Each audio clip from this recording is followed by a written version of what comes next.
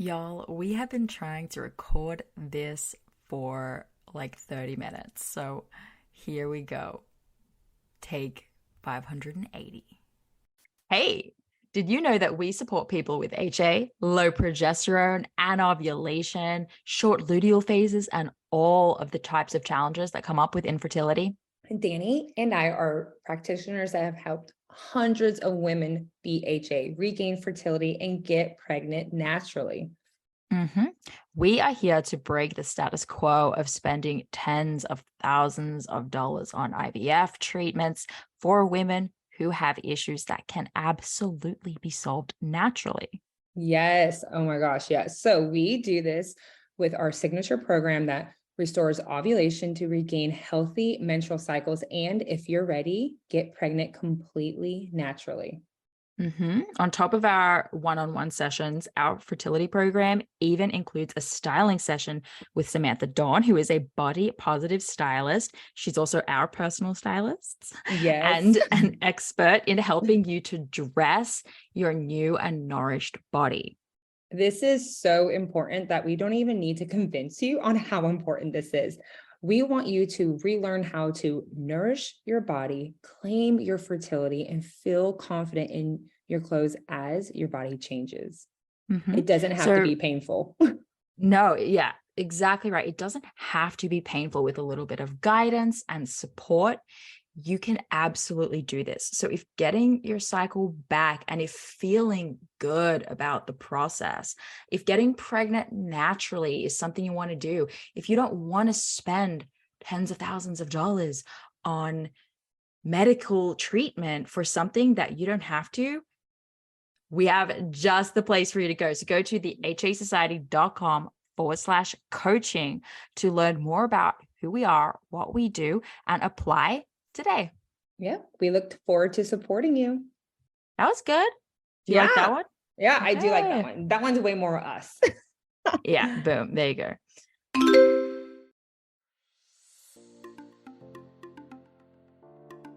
Welcome to the Hypothalamic Amenorrhea podcast. I'm Danny Sheriff, your host, certified fertility awareness practitioner, functional nutrition counselor, and founder of the HA Society, and of course, an HA recovery coach who has walked where you currently are walking. This is the place to come if you care about getting your period regularly. This podcast aims to educate, inform, and keep you motivated on your period and HA recovery track. So let's dive in. But last thing, nothing on the show should be taken as medical advice, so please seek the advice of your physician.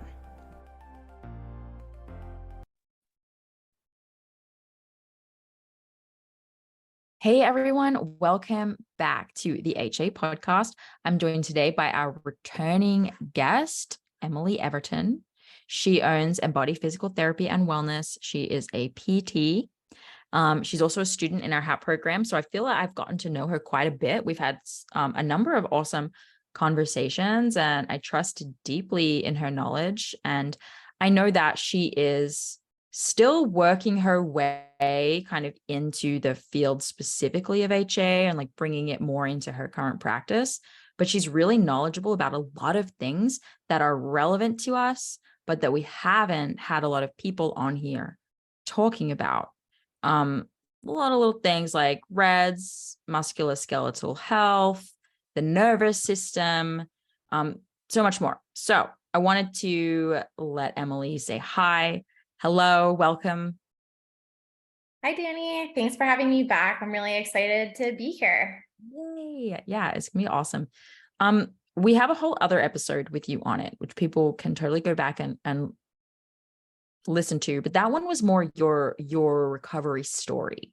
This today is more about in practice and what you can teach us from a physiological standpoint, which is really exciting. So would you dive in a little bit to sort of who you are, what you do, how you got to who you are and what you do, and then we can kind of talk about more nerdy things. Yeah, absolutely. So I am a physical therapist, a women's health physical therapist, and The journey that kind of brought me to starting my own practice is quite long, so I'll make it pretty as concise as possible. But I touched upon this with my last podcast with you too. So I know I give a little bit more of my background there. But yeah, so I originally started working as a PT in general orthopedics and outpatient practice. And I was really specializing in dance medicine. And I was also our go-to PT to work with our women's health clients at a certain point. So the pregnancy, postpartum, and women coming in with different conditions similar to that. So throughout my time working as a PT, I started to see more and more patients coming to me with overuse injuries, repetitive bone stress injuries, or stress fractures, histories of menstrual missing periods, or hypothalamic amenorrhea, or relative energy deficiency in sport.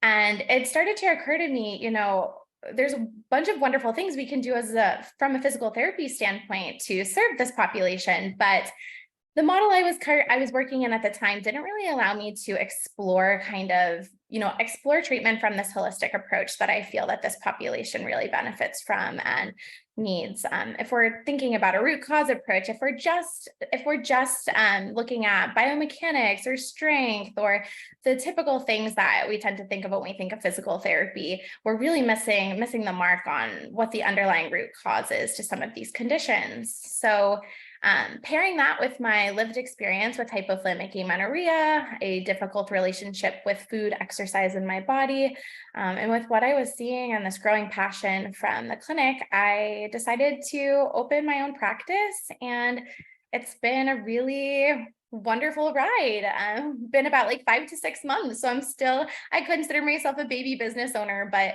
it's been the absolute best decision I've ever made. I don't regret it for a second. And I now work with women on the virtual side of things in a women's health coaching role, and also do brick and mortar, so in-person work. Amazing. I love that. Why do you think there is a gap? Like you were saying that there's a gap that needs filling. What are your thoughts on where that's coming from? Yeah, so I think, I'm sure many healthcare professionals can relate to this in their own schooling, but coming from physical therapy standpoint, we do have to get our doctorate. So I went to 4 years of undergrad and then 3 years of grad school to get my doctorate in physical therapy. And I think, our programs do the best with, the time that we're allotted and really trying to cover all of the basics, but we're not educated nearly enough. And maybe that's changed since I've been in school, but about women's health issues. I think we had a 1 or 2 day, 1 to 2 hour class on the pelvic floor. And maybe there was one mention of the female athlete triad at the time, but we didn't talk about eating disorders. We didn't talk about the menstrual cycle. We didn't talk about these things that, every single woman experiences, like having a menstrual cycle. And so you really have to seek out that information on your own after school with continuing education. So I think that's where the gap is. I think there's been a bunch of wonderful research coming out and more providers getting into this space. Yeah. Okay. Helpful. Thank you.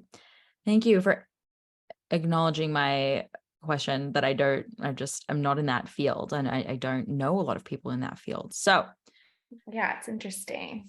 Since I don't know a lot of people in that field, I'm excited to kind of pick your brain a little bit on topics that I know are very related to what we do, but they're not talked about as much in the HA recovery space, but they're talked about heavily in sports, physical therapy, physiotherapy, that kind of stuff. And we don't talk about red S a lot. Yeah. But I do get the question of is it the same thing? Is HA just a symptom within REDS? Talk to us about REDS. And if you have any thoughts or even stats, you might not, but thoughts on how many people are dealing with HA and how many people are dealing with REDS, sort of, that you see in the field. Do you see someone hear their story and categorize them? You know what I mean? Yeah, I love that question. And it's something that I've gotten in the past as well. So this differentiation between RED-S, relative energy deficiency in sport, and HA, and are they one and the same, or are they different? So quick answer is no, they're not the same. They are different. So when we're thinking of RED-S, it's more, so it's this condition characterized by low energy availability. And if we're looking at HA, low energy availability is definitely underpinning, it's like the basis for hypothalamic amenorrhea. But with RED-S, a woman or man, because RED-S impacts men as well, you can have a missing period, so you can have hypothalamic amenorrhea, but not everyone with RED-S also has a missing period or also has HA.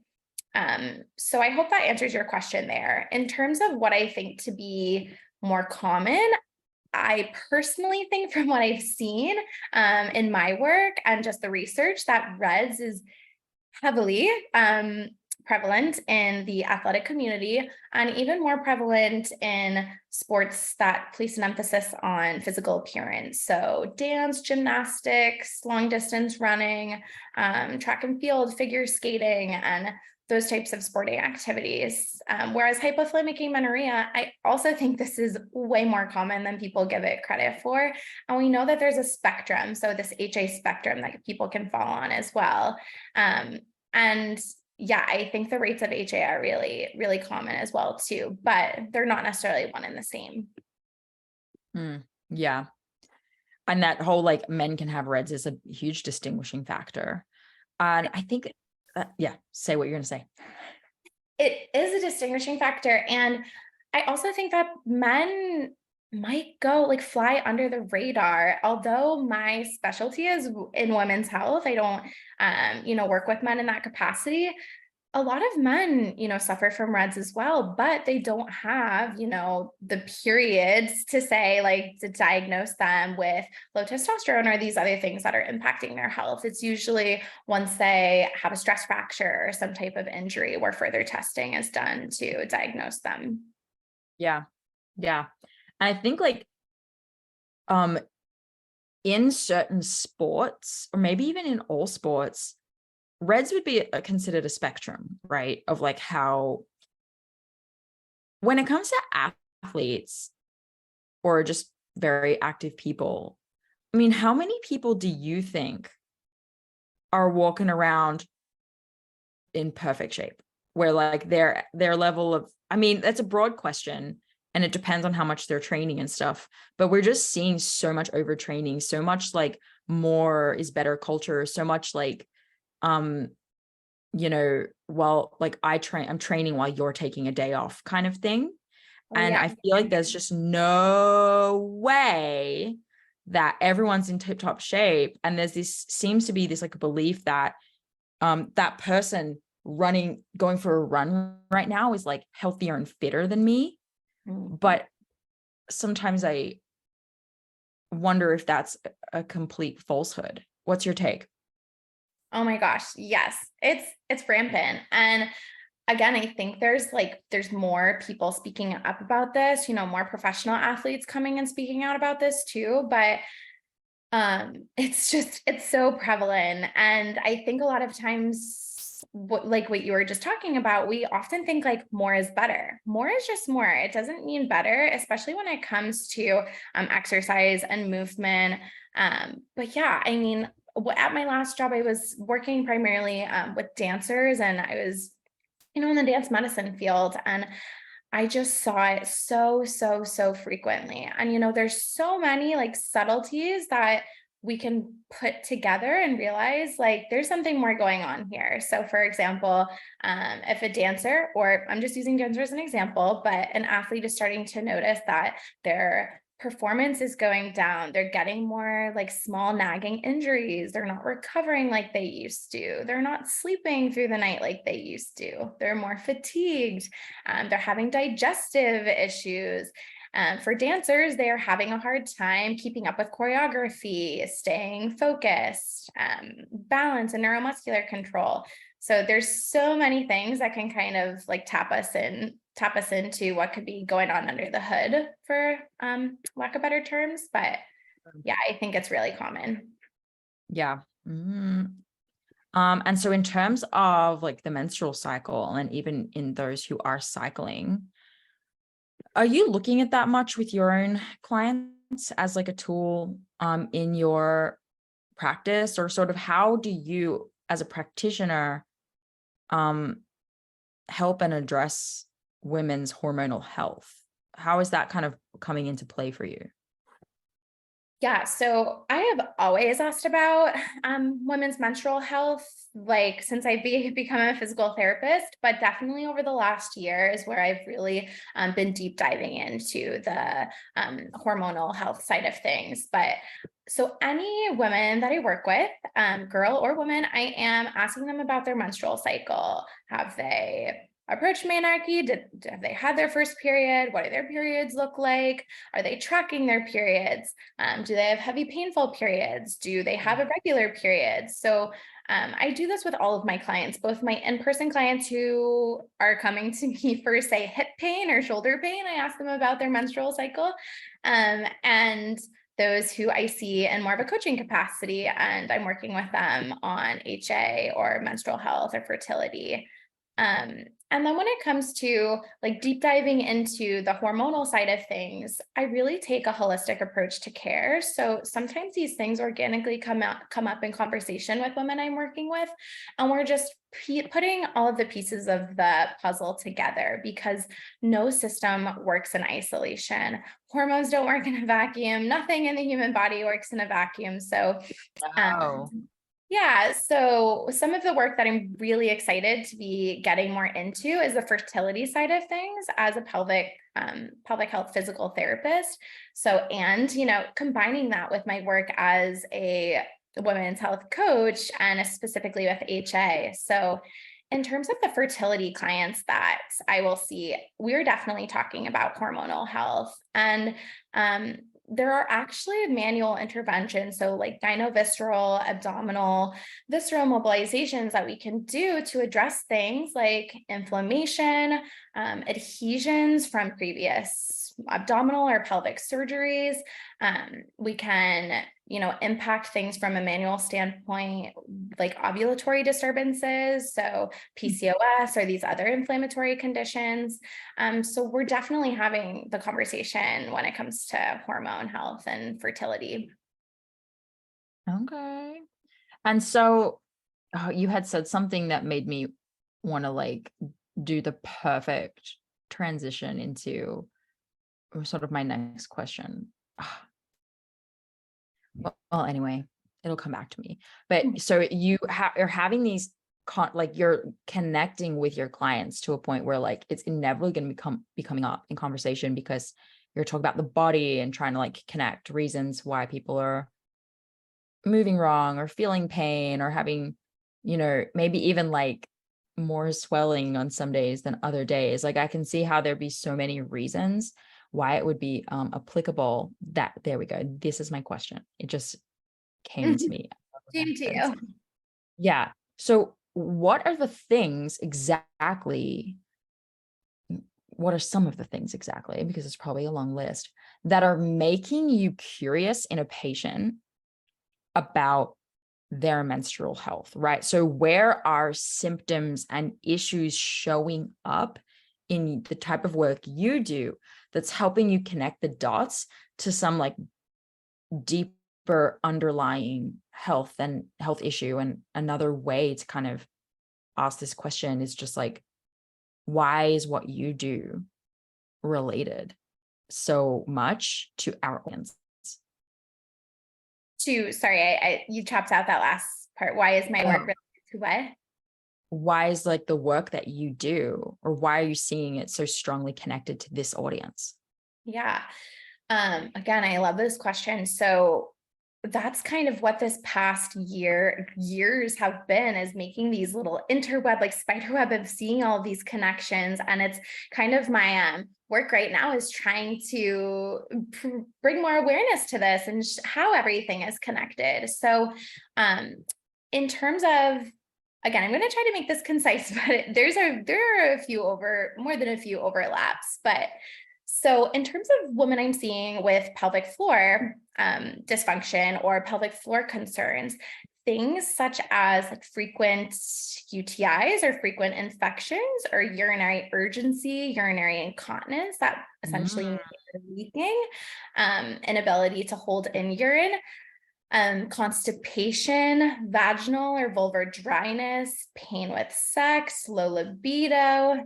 Those are just some of the symptoms that can come up. May I ask, are people coming to you with an assumption that it's a like anatomical or physical issue, or are people like kind of clued in that this could be hormonal?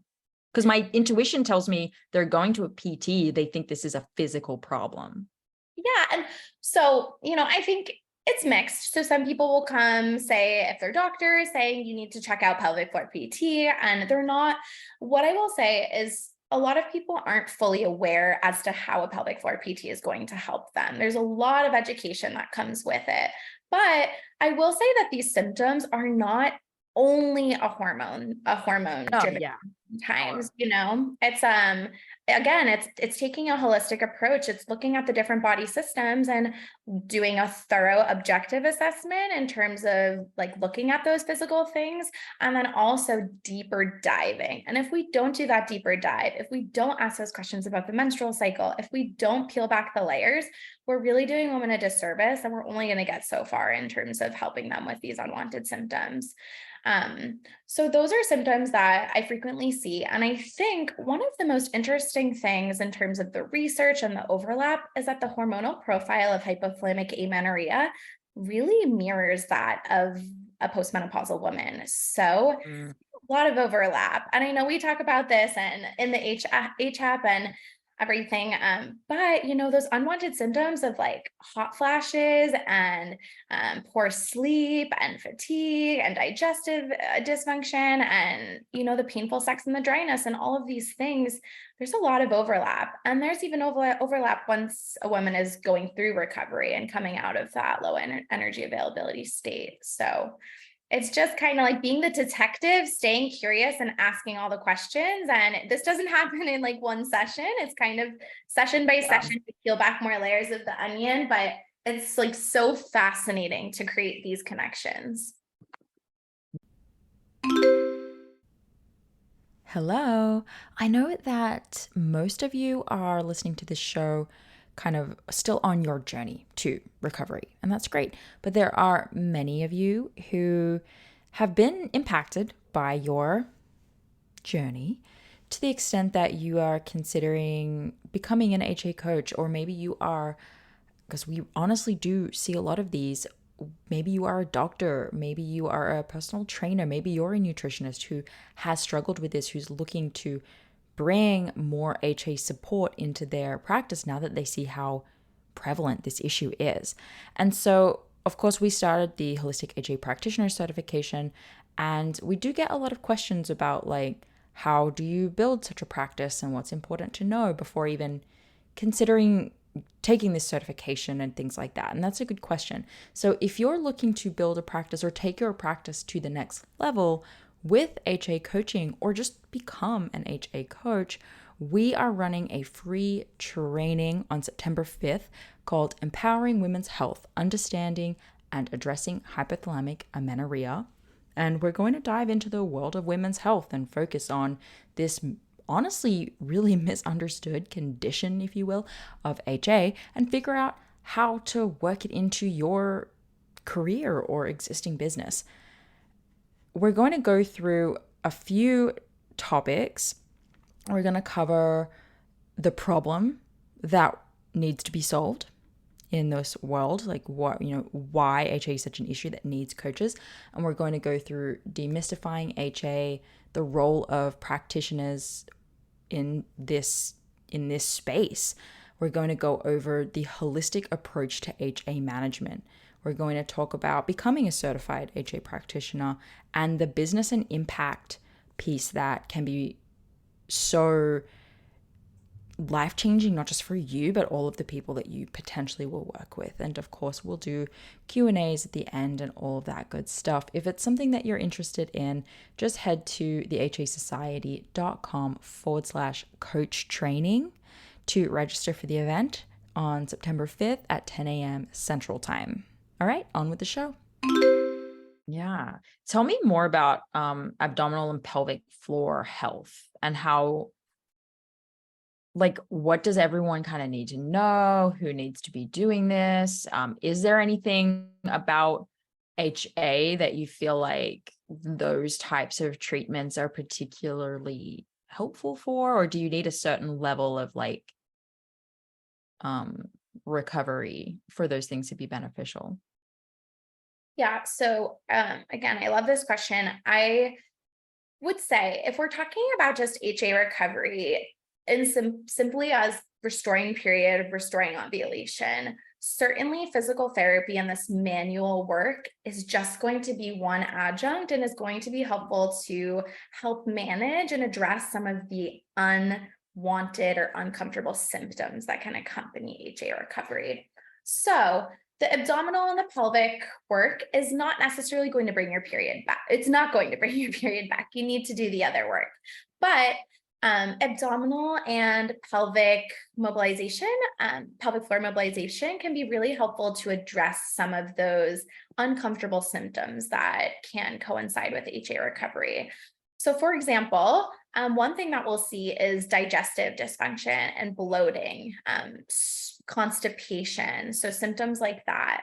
So where we can address this as a women's health, pelvic floor, physical therapist is by doing some abdominal mobilizations, helping with that colonic transit, so helping aid in digestion, even doing things just like deep breathing and working on good diaphragm excursion. Sometimes I put a recent post on Instagram, actually, I think yesterday, on the symptoms or side effects of constantly like corseting our abdomen or holding our stomach in and tensing our abs all the time, which can be really common when we have these body image concerns or a poor relationship with our body. That secondarily, things that can happen secondary to doing that is it can push our diaphragm up. It can make it really hard for our diaphragm to kind of come down and get a deep breath in. And that will, delay the emptying through our intestines and getting the food to kind of go through the digestive tract. And also it impairs our ability to stimulate the vagus nerve, which is imperative for tapping into our parasympathetic nervous system, which is our rest, digest, feed, breathe system. So that's just one example of the ways in which we can help. Are you cringing hard at all of the people doing corseting again?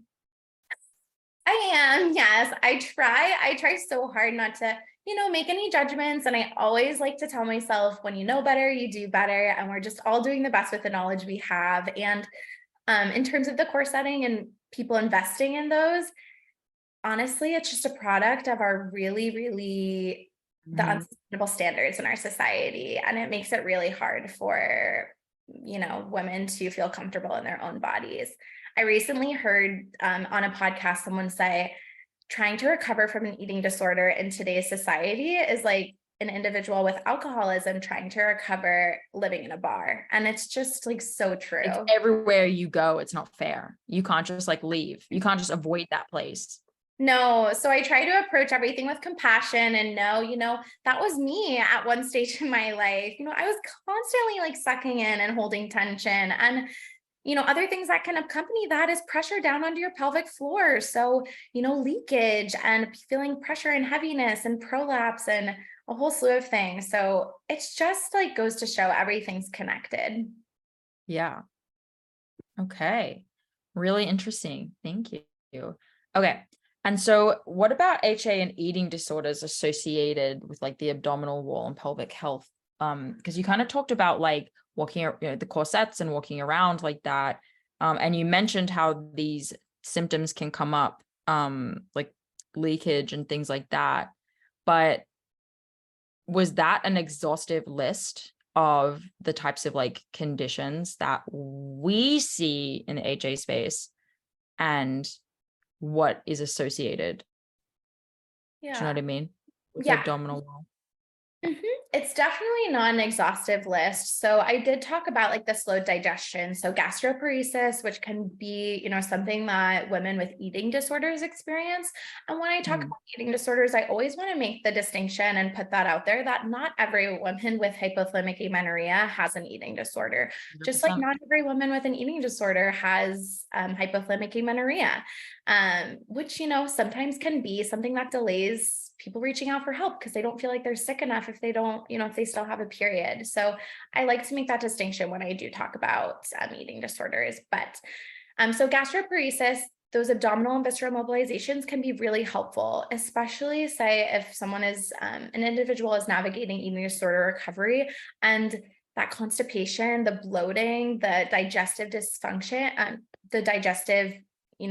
dysfunction, I guess I'll say, is really hindering their ability to progress forward in their eating disorder recovery. That's going to go for hypothalamic amenorrhea too. I'm sure, Danny, you've seen this time and time again. Those digestive symptoms can be really unpleasant and really make people question their path to HA recovery and whether or not they're doing the right thing, and make it hard to eat more food. And then when it comes to things like constipation, it's going to be, similar to that, and kind of taking a look at what does hydration look like? What does, what are the other lifestyle considerations? What do those look like? Because constipation is not only going to cause, discomfort for women experiencing it, but we also know that regular bowel movements are really helpful for our hormones. And if we're not kind of excreting that waste, that's going to give like a feedback and a feed forward kind of loop there when it comes to constipation. Yeah, really common. And oh yeah. I was just gonna mention, I think one other thing I want to mention there is just anxiety and how that can manifest in this population. Anxiety can really upregulate that nervous system. And we see pretty commonly in individuals who suffer with greater anxiety, a lot of pelvic floor hypertonicity, so increased tension through the pelvic floor. Oftentimes, if you find that you clench your jaw, you might have temporomandibular or TMJ dysfunction. I do. You're holding tension in your shoulders. You're likely also going to be holding tension in your pelvic floor. So there's fascial connections through those regions of the body, and anxiety or anything that puts that nervous system on like fight or flight mode can impact the pelvic floor. And that is a huge thing in women with hypothalamic amenorrhea. Very interesting. Yeah. Okay. And I wanted to ask those questions first before sort of funneling us into fertility. I just felt like that was a solid order, HA, symptoms. Now fertility and infertility, from your standpoint and what you do, how are you seeing fertility issues come up with all of this in mind? Like, how is pelvic floor health? How is physical movement impacting fertility? And of course, HA, like sort of inability to menstruate at all. And how do you help people with that? Yeah, so this is like my latest thing that I am just deep diving into. And really because, as I coursed through my own journey with hypothalamic amenorrhea and got into coaching women with hypothalamic amenorrhea and, trying to build that, I just realized like, wow, this is actually like overlapping with my work as a pelvic floor PT. And there's other ways that I can help women with fertility or battling infertility too. So it's just been really exciting for me. And so if we're talking about hypothalamic amenorrhea, I do again want to go back to that distinction. You do have to go through all of the necessary steps of, addressing the food and diet, addressing stress, addressing your relationship to movement. In terms of like coming from that physical therapy perspective, that's something that we can really help these women with, is reestablishing their mind-body connection, helping them heal their relationship with movement. How can we restore that connection to your body, not in a way that we're trying to change your body, but in a way that makes you feel empowered, helps your nervous system come down and relax, and is doing good for your body and not, maybe sending us in a direction that isn't the best for our health. So when it comes to that, that can be like pivotal for women with HA. And we know that if you have HA, you're not fertile, you are infertile. So restoring that period and restoring ovulation is going to be really important. So the nervous system work can be really helpful. The movement, that mind-body connection, the abdominal mobilizations and working on gut health can be really important because of that vagus nerve and the gut-brain connection. And then moving into other fertility considerations, the manual work that we do can help to address inflammation. We can do uterine and ovarian mobilizations, which is really cool, in terms of if a woman is having painful sex and unable to even have sexual intercourse to get pregnant, we can do pelvic floor manual therapy. So trying to address hypertonicity through the pelvic floor, if that's what's happening. Some women have a condition known as vaginismus, where it's hard for them to insert tampons or do any penetration. And so that's a lot of work, down regulating that nervous system, showing the body, we're safe, doing a lot of mindset work, and then also working from a manual perspective of trying to get those muscles to relax and stop, reactively tightening. Yeah, that's so fascinating to me. There's a part of me, and I think it's a slightly bias from my own experience with trying to resolve injuries and issues, where I have had very little success, on those things, but totally unrelated to this issue, right? Like a knee issue, or like elbow or something like that, where sort of traditional physical therapy didn't help me. And I think that's a really common, I see that a lot in clients. But pelvic floor work did help me postpartum. I had extremely painful sex, right? I just absolutely not. I didn't have sex for over a year. It was so painful, right? And to be told by the midwives and stuff, the 6-week checkup, it looks fine. There's just a little bit of scar tissue from the stitches, but you should I don't think you're feeling what I'm feeling. And so I went and I did do a form of PT that resolved it in 6 weeks or something like that. So it totally took that persistence and that focus. But it was really my first proper view at how, with the dedication and the right help, you can change your experience with your insides in that way. And it's made me really more open and so much more curious about how does manual therapy and corrective exercise and things actually change our experience in our body. Because if you have HA from an over exercise, consider yourself an athlete type of thing as well, there's no way you're feeling relaxed.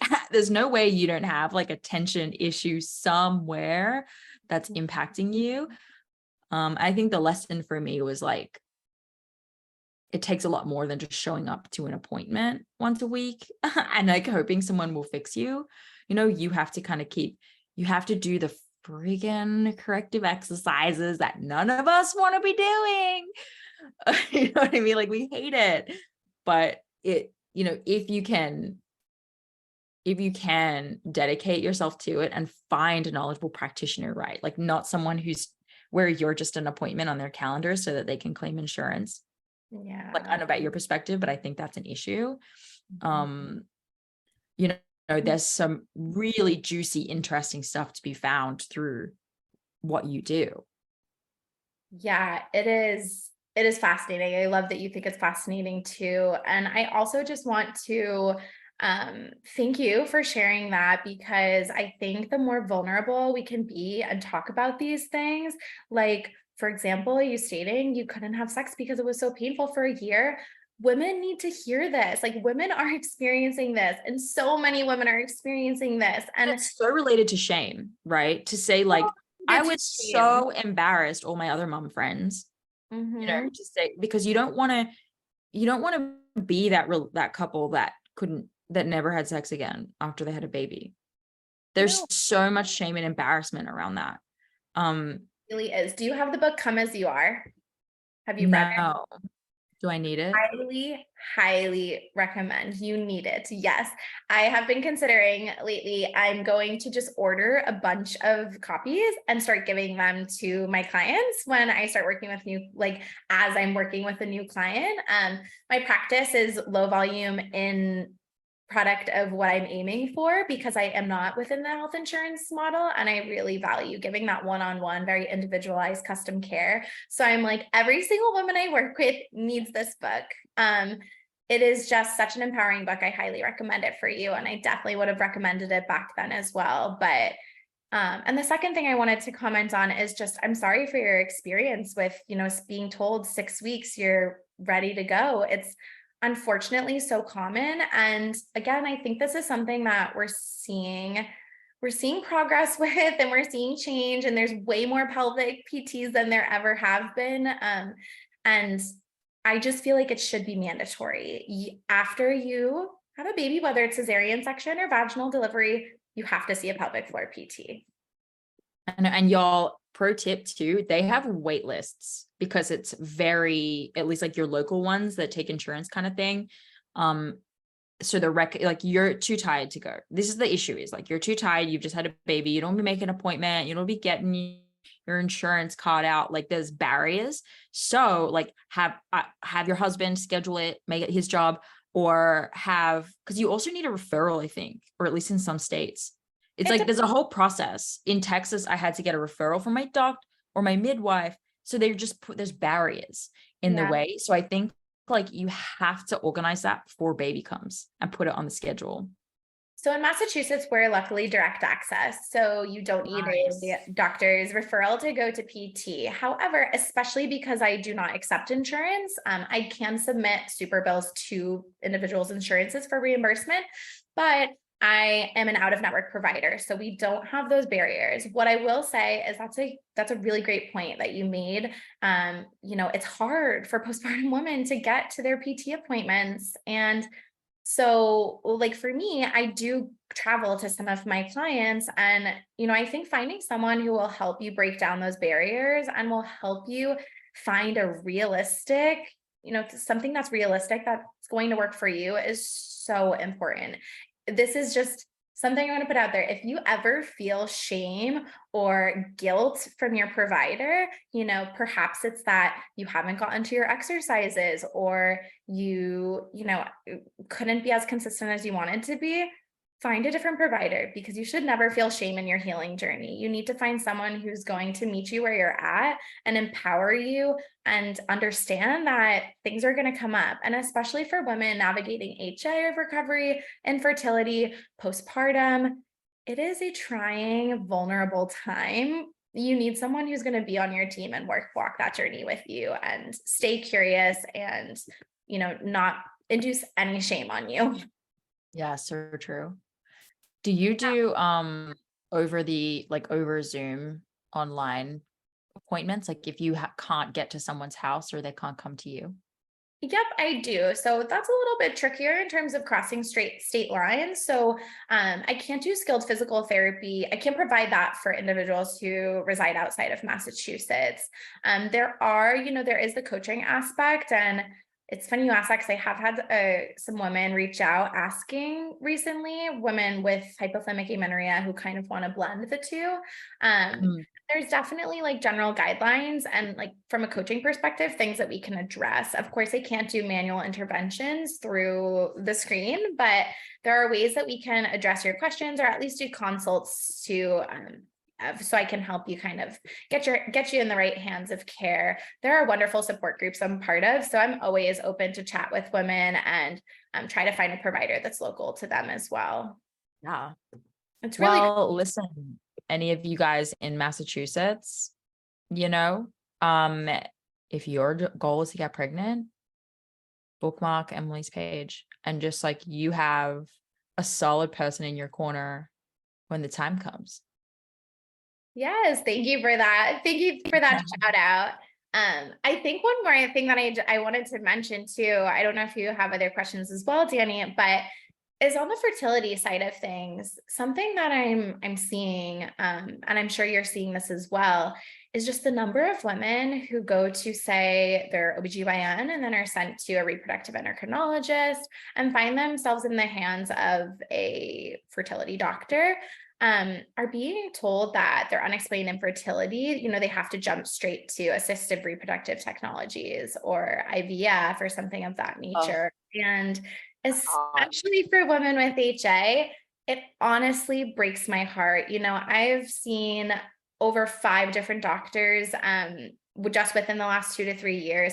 I've been told I was told I'm probably never going to get my period back on my own. My husband and I aren't going to get pregnant over a glass of wine. I've been told all of the things, and it breaks my heart to know that so many women are being told the same things. But for me, since I'm a healthcare professional and I'm, educated on this, I don't take those answers. I got my period back. I'm ovulating. I don't, there are other answers out there for you. And even if you do decide that that's what's best for you and your family, there are ways that we can help. So from, again, the manual side of things, there are ways that pelvic floor PTs can help, but also from the emotional side and really making sure that your health, all of the buckets of your health are being addressed before you jump to those fertility treatments or during your fertility treatments to improve the outcomes.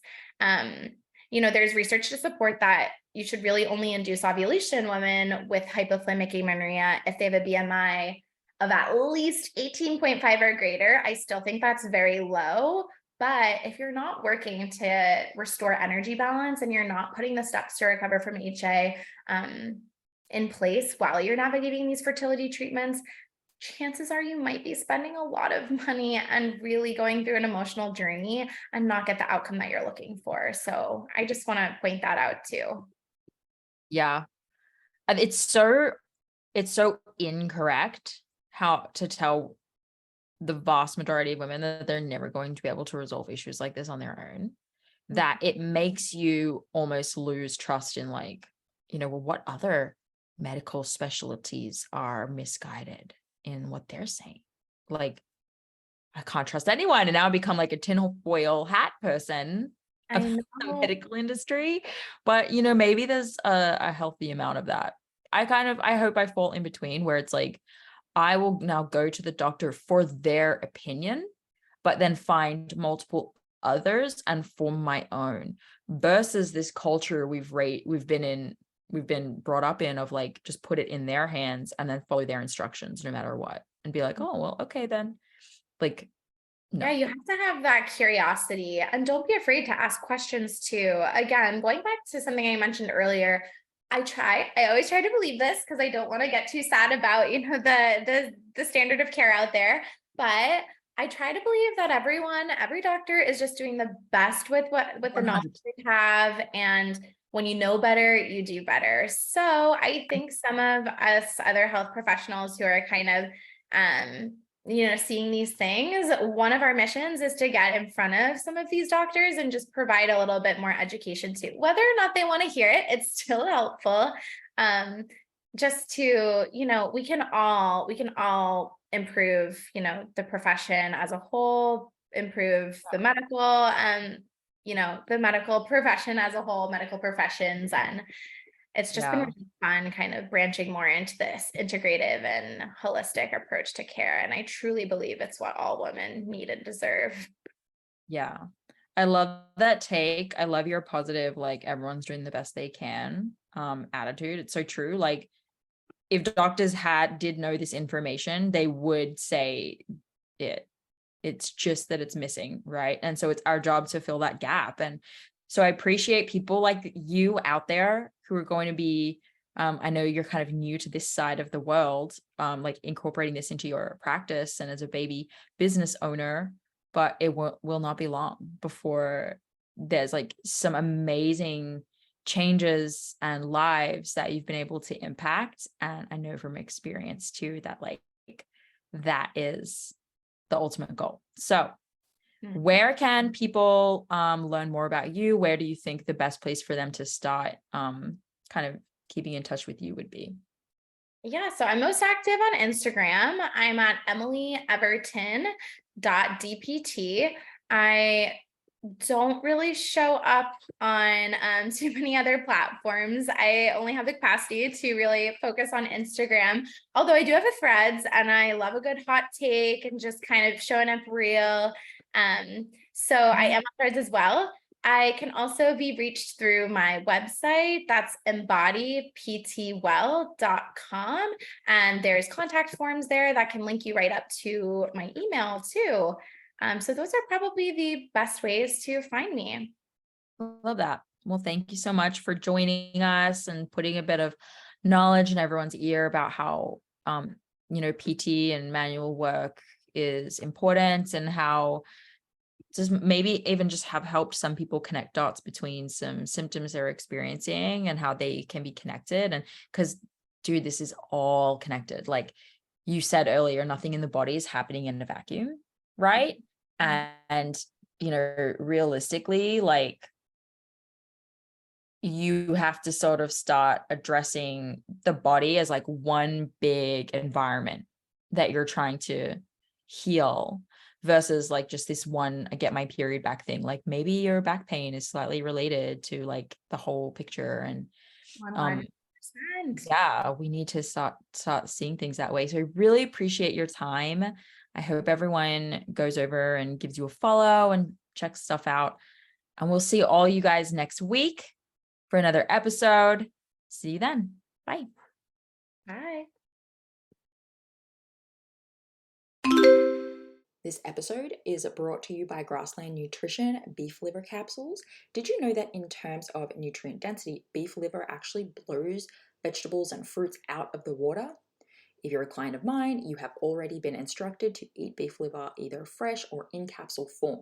I recommend it for anyone and everyone who is, of course, dealing with amenorrhea and fertility challenges out there, but I may even recommend it for just everyone in general. Get your husbands on it, get your partners on it. If you have a history of HA and add on top of that maybe a history of the pill, maybe you've been pregnant before, through treatments or other, like your body's been through anything, you're absolutely 100% dealing with a nutrient deficiency of some kind. And while it's true that testing is going to be the best way to understand those exact deficiencies, eating nutrient-dense, real food is going to be one of the most important next steps that you take with or without testing. So I've been using and recommending Grassland Nutrition beef liver capsules for years now. And the capsule form makes it so easy to get your liver in every day. And I appreciate the transparency of this product in particular above others. So in case you're wondering, it's completely natural. This is freeze-dried beef liver in capsules. It's organic, it's made from Australian beef, and my favorite of their products is the liver with kelp because of the iodine from the kelp, which is important for overall thyroid function, which is often low in women with underperforming hormones. So rather than eat seaweed snacks every day, I get to take this beef liver with the kelp for my iodine. So if you're recovering or working on a fertility journey right now, do not skimp the nutrient-rich source of beef liver. Get 10% off your order with the HA Society and support your favorite podcast along the way. They ship to most countries, so you should be covered. Just go to grasslandnutrition.net and use HA Society, just HA Society, at the checkout for the 10% off. That's grasslandnutrition.net with the code HA Society. Thank Thank you so much for listening today, guys. Please subscribe to the podcast, and if you could head to iTunes specifically and leave a rating or review, that would help so much because it makes it easier for other people with HA who are Googling around to find the podcast really easily. So if you do that, you're doing a service to all of the women